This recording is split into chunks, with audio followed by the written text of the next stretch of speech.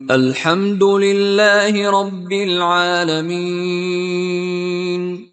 আয়াতটির ব্যাখ্যায় তাফসিরে জাকারিয়াতে বলা হয়েছে, আরবি ভাষায় হামদ অর্থ নির্মল ও সম্ভ্রমপূর্ণ প্রশংসা। গুণ ও সিফাত সাধারণত দুই প্রকার হয়ে থাকে। তা ভালো হয় আবার মন্দ হয়। কিন্তু হামদ শব্দটি কেবলমাত্র ভালো গুণ প্রকাশ করে। অর্থাৎ বিশ্ব জাহানের যা কিছু এবং যত কিছু ভালো, সৌন্দর্যমাধুর্য, পূর্ণতা, মাহাত্ম্য, দান ও অনুগ্রহ রয়েছে তা যেখানেই এবং যে কোনো রূপে ও যে কোনো অবস্থায় থাকুক না কেন, তা সবই একমাত্র আল্লাহ তাআলারই জন্য নির্দিষ্ট। একমাত্র তিনিই তার মহান সত্তাই সে সব পাওয়ার অধিকারী। তিনি ছাড়া আর কোনো উপাস্যই এর যোগ্য হতে পারে না। কেননা সব কিছুর সৃষ্টিকর্তা তিনিই এবং তার সব সৃষ্টি অতীব সুন্দর। এর অধিক সুন্দর আর কিছুই হতে পারে না, মানুষ কল্পনাও করতে পারে না। তার সৃষ্টি, লালন-পালন, সংরক্ষণ প্রবৃদ্ধি সাধনের সৌন্দর্য তুলনাহীন। তাই এর দরুন মানব মনে স্বতঃস্ফূর্তভাবে জেগে ওঠা প্রশংসা ও ইচ্ছামূলক প্রশংসাকে হামদ বলা হয়। এখানে এটা বিশেষভাবে জানা আবশ্যক যে, আলহামদু কি কথাটি আশ-শুকর থেকে অনেক ব্যাপক, যা আধিক্য ও পরিপূর্ণতা বুঝায়। কেউ যদি কোনো নিয়ামত পায়, তাহলে সেই নিয়ামতের জন্য শুকরিয়া প্রকাশ করা হয়। সে ব্যক্তি যদি কোনো নিয়ামত না পায়, অথবা তার পরিবর্তে অন্য কোনো লোক নিয়ামতটি পায়, স্বভাবতই তার বেলায় এজন্য শুকরিয়া নয়। অর্থাৎ যে ব্যক্তি নিয়ামত পায় সেই শুকরিয়া আদায় করে। যে ব্যক্তি নিয়ামত পায় না সে শুকরিয়া আদায় করে না। এ হিসেবে আশ-শুকর লিল্লাহ বলার অর্থ হতো এই যে, আমি আল্লাহর যে নিয়ামত পেয়েছি সেজন্য আল্লাহর শুকরিয়া আদায় করছি। অপরদিকে আলহামদুলিল্লাহ অনেক ব্যাপক। এর সম্পর্ক শুধু নিয়ামত প্রাপ্তির সাথে নয়। আল্লাহর যত নিয়ামত আছে তা পাওয়া যাক বা না পাওয়া যাক, সে নিয়ামত কোনো ব্যক্তি নিজে পেল বা অন্যরা পেল, সবকিছুর জন্যই যে প্রশংসা আল্লাহর প্রাপ্ত সেটি হচ্ছে হামদ। এ প্রেক্ষিতে আলহামদুলিল্লাহ বলে বান্দা যেন ঘোষণা করে, হে আল্লাহ, সব নিয়ামতের উৎস আপনি, আমি তা পাই বা না পাই, সকল সৃষ্টিজগতেই তা পাচ্ছে, আর সেজন্য সকল প্রশংসা একান্তভাবে আপনার, আর কারো নয়। কেউ আপনার প্রশংসা করলে আপনি প্রশংসিত হবেন, আর কেউ প্রশংসা না করলে প্রশংসিত হবেন না, ব্যাপারটি এমন নয়। আপনি সপ্রশংসিত। প্রশংসা আপনার স্থায়ী গুণ। প্রশংসা আপনি ভালোবাসেন। আপনার প্রশংসা কোনো দানের বিনিময়ে হতে হবে এমন কোনো বাধ্যবাধকতা নেই। আরও একটি বিষয় লক্ষণীয় যে, এখানে আলহামদুলিল্লাহ সকল প্রশংসা আল্লাহর এ শব্দটি ব্যবহার করা হয়েছে। আহমাদুল্লাহ, আমি আল্লাহর প্রশংসা করছি এ শব্দ ব্যবহৃত হয়নি। এর কারণ সম্ভবত এই যে, আহমাদুল্লাহ বা আমি আল্লাহর প্রশংসা করছি এ বাক্যটি বর্তমানকালের সাথে সম্পৃক্ত। অর্থাৎ আমি বর্তমানকালে আল্লাহর প্রশংসা করছি। অন্যদিকে আলহামদুলিল্লাহ বা সকল প্রশংসা আল্লাহর সর্বকালে প্রযোজ্য। আর এজন্যই হাদিসে বলা হয়েছে, আফসালুদ্দুয়া আলহামদুলিল্লাহ, সবচেয়ে উত্তম দোয়া হল আলহামদুলিল্লাহ, কারণ তা সর্বকাল ব্যাপী। অন্য হাদিসে এসেছে, রাসূলুল্লাহ সাল্লাল্লাহু আলাইহি ওয়াসাল্লাম বলেন, আলহামদুলিল্লাহ থ্যামলাউ মিজান, আর আলহামদুলিল্লাহ মিজান পূর্ণ করে। এজন্য অধিকাংশ হাদিসে রাসূলুল্লাহ সাল্লাল্লাহু আলাইহি ওয়াসাল্লাম দিনরাত্রির জিকর ও সালাতের পরের জিকর এর মধ্যে এ আলহামদুলিল্লাহ শব্দেই শিখিয়েছেন। এ আলহামদুলিল্লাহ পূর্ণমাত্রার প্রশংসা হওয়ার কারণেই আল্লাহ এতে খুশি হন। বিশেষ করে নেয়ামত পাওয়ার পর বান্দাকে কিভাবে আল্লাহর প্রশংসা করতে হবে তাও আলহামদুলিল্লাহ শব্দের মাধ্যমে করার জন্যই আল্লাহ ও তার রাসূল শিখিয়ে দিয়েছেন। এভাবে আলহামদুলিল্লাহ হল সীমাহীন প্রশংসা ও কৃতজ্ঞতার রূপ। আল্লাহর হামদ প্রকাশ করার ক্ষেত্র হল মানুষের মন, মানুষ, মুখ ও কর্মকাণ্ড। অর্থাৎ মানুষের যাবতীয় শক্তি দিয়ে আল্লাহর হামদ করতে হয়। কিন্তু দুঃখের বিষয় যে, মানুষের মধ্যে কেউ কেউ আল্লাহর হামদ বা প্রশংসা শুধু মুখেই সীমাবদ্ধ রাখে। অনেকে মুখে আলহামদুলিল্লাহ বলে, কিন্তু তার অন্তরে আল্লাহর প্রশংসা আসেনি, আর তার কর্মকাণ্ডেও সেটার প্রকাশ ঘটে না। সকল হামদ আল্লাহর, এ কথাটুকু দ্বারা এক বিরাট গভীর সত্যের দিকে ইঙ্গিত করা হয়েছে।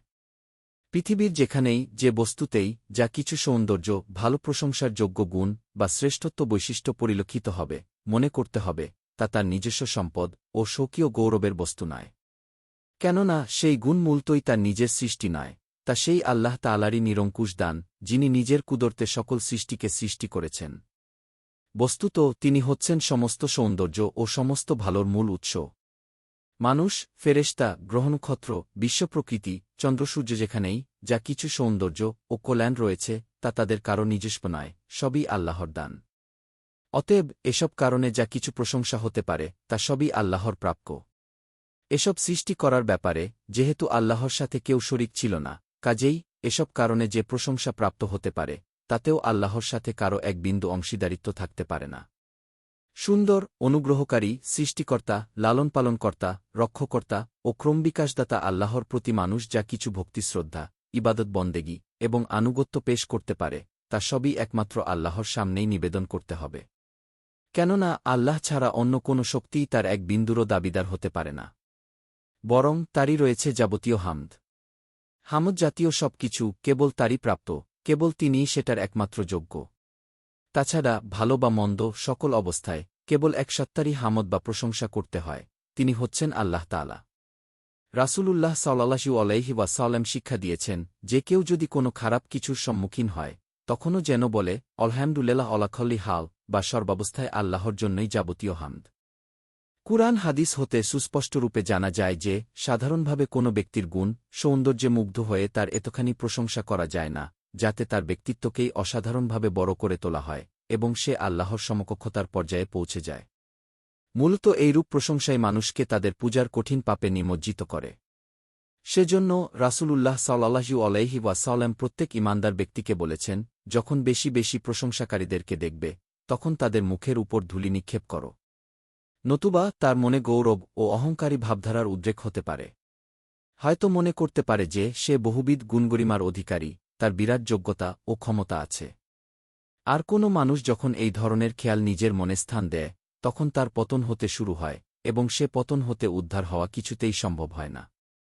তাছাড়া মানুষ যখন আল্লাহ ছাড়া অপর কারো গুণ সৌন্দর্য দেখে মুগ্ধ হয়ে তার প্রশংসা করতে শুরু করে তখন মানুষ তার ভক্তিশ্রদ্ধার জালে বন্দী হয়ে পড়ে এবং শেষ পর্যন্ত সে মানুষের দাসত্ব ও মানুষের পূজা করতে আরম্ভ করে।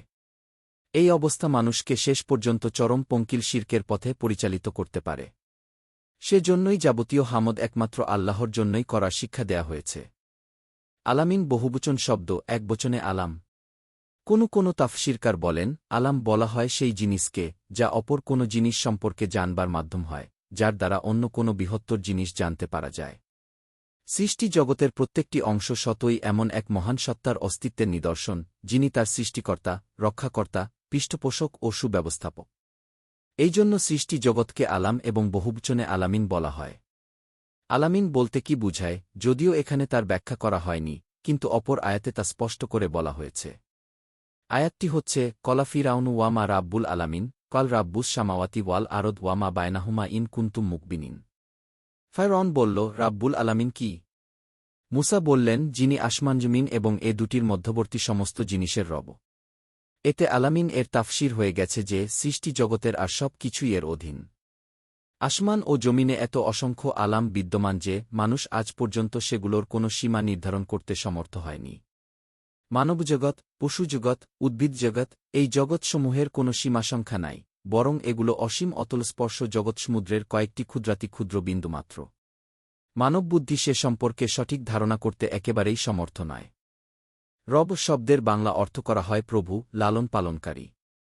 কিন্তু কুরআনে প্রয়োগভেদে এ শব্দের অর্থ সৃষ্টি করা, সমানভাবে সজ্জিত ও স্থাপিত করা, প্রত্যেকটি জিনিসের পরিমাণ নির্ধারণ করা, পথ প্রদর্শন ও আইন বিধান দেওয়া, কোনো জিনিসের মালিক হওয়া, লালন পালন করা, রিজিক দান করা ও উচ্চতর ক্ষমতার অধিকারী হওয়া। তাছাড়া ভাঙ্গা গড়ার অধিকারী হওয়া, জীবনদান করা, মৃত্যু প্রদান করা, সন্তান দেয়া, আরোগ্য প্রদান করা ইত্যাদি যাবতীয় অর্থই এতে নিহিত আছে। আর যিনি একসঙ্গে এই সব কিছু করার ক্ষমতা রাখেন তিনিই হচ্ছেন রব। যেমন পবিত্র কুরআনের সূরা আলালায় এইরূপ ব্যাপক অর্থে রব্ব শব্দটি ব্যবহৃত হয়েছে। সাব্বিহিসমা রব্বিকা আলালা আল্লাজি খালাক ফাসওয়া ওয়াল্লাজি কাদ্দারা ফাহদা। পাঠ করুন, যিনি মহান উচ্চ, যিনি মানুষকে সৃষ্টি করেছেন ও তার অঙ্গপ্রত্যঙ্গ যথাযথভাবে সজ্জিত ও সুবিন্যস্ত করে দিয়েছেন, এবং যিনি সঠিকরূপে প্রত্যেকটি জিনিসের পরিমাণ নির্ধারণ করেছেন। অতঃপর জীবনযাপন পন্থা প্রদর্শন করেছেন। এই আয়াত হতে নিঃসন্দেহে জানা যায় যে রব তাকেই বলতে হবে যার মধ্যে নিজস্ব ক্ষমতা বলে সৃষ্টি করার, সৃষ্টির অঙ্গপ্রত্যঙ্গ সমান ও সজ্জিত করার, প্রত্যেকটির পরিমাণ নির্ধারণ করার এবং হেদায়েত, দ্বীন ও শরিয়াত প্রদান করার যোগ্যতা রয়েছে। যিনি নিজ সত্তার গুণে মানুষ ও সমগ্র বিশ্বভুবনকে সৃষ্টি করেছেন, শুধু সৃষ্টিই নয়, ইনি প্রত্যেকটি জিনিসকে বাহ্যিক ও আভ্যন্তরীণ ক্ষমতা দান করেছেন ও তার বিভিন্ন অঙ্গপ্রত্যঙ্গকে পরস্পরের সহিত এমনভাবে সংযুক্ত করে সাজিয়ে দিয়েছেন যে তার প্রত্যেকটি অঙ্গই পূর্ণ সামঞ্জস্য সহকারে নিজ নিজ স্থানে বসে গেছে। রব তিনি, যিনি প্রত্যেকটি জিনিসকেই কর্মক্ষমতা দিয়েছেন, সেই সঙ্গে একটি নির্দিষ্ট কাজ ও দায়িত্বও দিয়েছেন।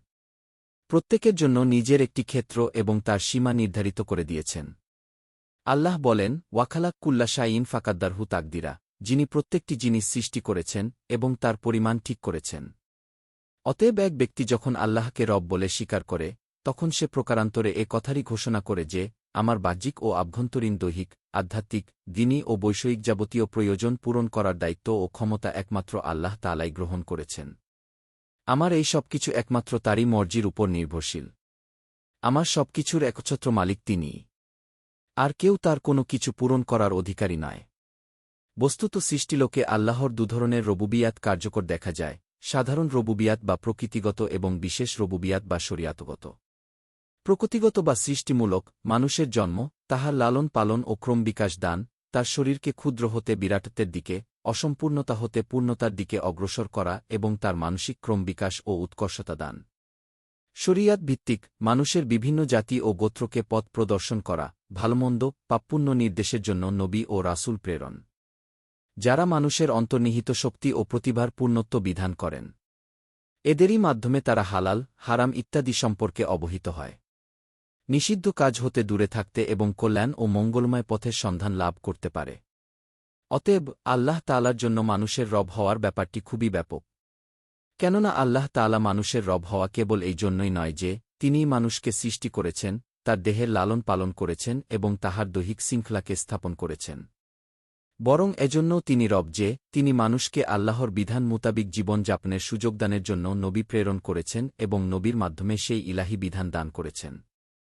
এখন আসি তাফসিরে আহসানুল বায়ান এর এই আয়াতের তাফসিরে কি বলা হয়েছে। এখানে এই আয়াতের ব্যাখ্যায় বলা হয়েছে যে, আলহামদের মধ্যে যে আর রয়েছে তা ইস্তিগরা বা সমুদয় অথবা ইকতিসাস বা নির্দিষ্টীকরণ এর অর্থে ব্যবহার হয়েছে। অর্থাৎ সমস্ত প্রশংসা আল্লাহর জন্যই বা তার জন্য নির্দিষ্ট, কেননা প্রশংসার প্রকৃত অধিকারী একমাত্র মহান আল্লাহই। কারো মধ্যে যদি কোনো গুণ, সৌন্দর্য এবং কৃতিত্ব থাকে, তবে তাও মহান আল্লাহ কর্তৃক সৃষ্ট। অতএব প্রশংসার অধিকারী তিনিই। আল্লাহ শব্দটি মহান আল্লাহর সত্তার এমন এক স্বতন্ত্র নাম যার ব্যবহার অন্য কারো জন্য করা বৈধ নয়। আলহামদুলিল্লাহ কৃতজ্ঞতা জ্ঞাপক বাক্য। এর বহু ফজিলতের কথা হাদিসসমূহে এসেছে। একটি হাদিসে লা ইলাহা ইল্লাল্লাহ কে উত্তম জিকির বলা হয়েছে এবং আলহামদুলিল্লাহ কে উত্তম দুয়া বলা হয়েছে। সহিহ মুসলিম এবং নাসাইর বর্ণনায় এসেছে, আলহামদুলিল্লাহ দাড়িপাল্লা ভর্তি করে দেয়। এজন্যই অন্য এক বর্ণনায় এসেছে যে, আল্লাহ এটা পছন্দ করেন যে, প্রত্যেক পানাহারের পর বান্দা তার প্রশংসা করুক। রব মহান আল্লাহর সুন্দর নামসমূহের অন্যতম, যার অর্থ হল প্রত্যেক জিনিসকে সৃষ্টি করে তার প্রয়োজনীয় জিনিসের ব্যবস্থা করে তাকে পরিপূর্ণতা দানকারী। কোনো জিনিসের প্রতি সম্বন্ধ না করে এর ব্যবহার অন্য কারো জন্য বৈধ নয়। আলামিন আলম বা বিশ্বজাহান শব্দের বহুবচন, তবে সকল সৃষ্টির সমষ্টিকে আলম বলা হয়। এই জন্যেই এর বহুবচন ব্যবহার হয় না। কিন্তু এখানে তার পূর্ণ প্রতিপালকত্ব প্রকাশের জন্য এরও বহুবচন ব্যবহার করা হয়েছে। এ থেকে উদ্দেশ্য হল সৃষ্টির ভিন্ন ভিন্ন শ্রেণী বা সম্প্রদায়, যেমন জিন সম্প্রদায়, মানব সম্প্রদায়, ফিরিস্তাকুল এবং জীবজন্তু ও পশুপক্ষীকুল ইত্যাদি। এই সমস্ত সৃষ্টির প্রয়োজনসমূহ একে অপর থেকে অবশ্যই ভিন্নতর, কিন্তু বিশ্বপ্রতিপালক প্রত্যেকের অবস্থা, পরিস্থিতি এবং প্রকৃতি ও দেহ অনুযায়ী তার প্রয়োজনীয় জিনিসের ব্যবস্থা করে থাকেন।